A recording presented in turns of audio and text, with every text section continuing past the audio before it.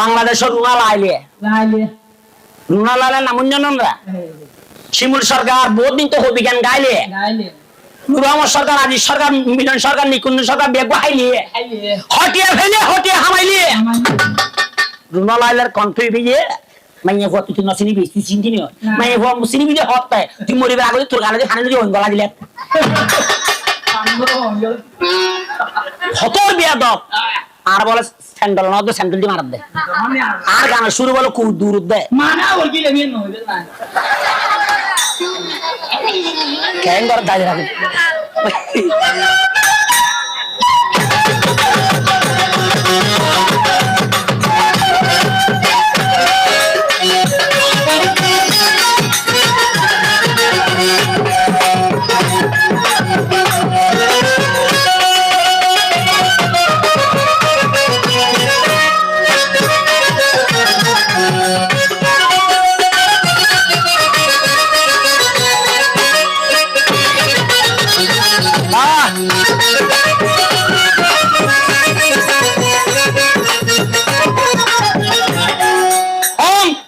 বাংলাদেশ সরকার ভারতেও একটা বাংলাদেশের লেখার সমস্যা আছে এগুলো ফারাক্কার গোদার সমস্যা তুই তো পত্র পত্রিকা না ভরা শিমুল সরকার কি তত লেখা ভরা বেশি দিয়ে না জানি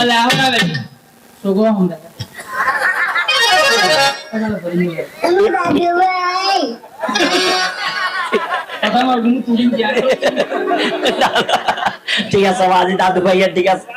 আমরা এখন ভারতল্লা বাংলাদেশের যে সমস্যা সবের ভারত সরকারের প্রস্তাব দিয়ে দেয় রুনা লাইলের কণ্ঠ যদি ভারতের দেয় ফারাক্কার গোদার সমস্যা সমাধান করিব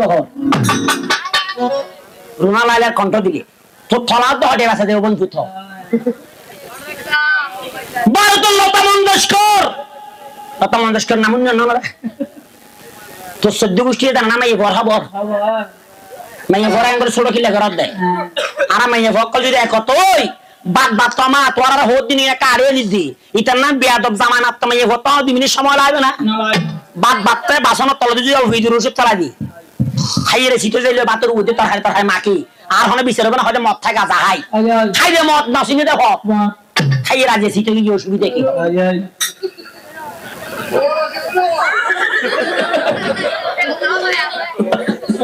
ও ভাই দুঃখ লাগে লতা মঙ্গেশকরের কণ্ঠ কেন মাইফো লতা মঙ্গেশকরের কণ্ঠ আমেরিকায় কিনে তো ভারতের লতা মঙ্গেশকর 52,000 কোটি মার্কিন ডলার যে মাইফো ভারতের অর্ধেক চলার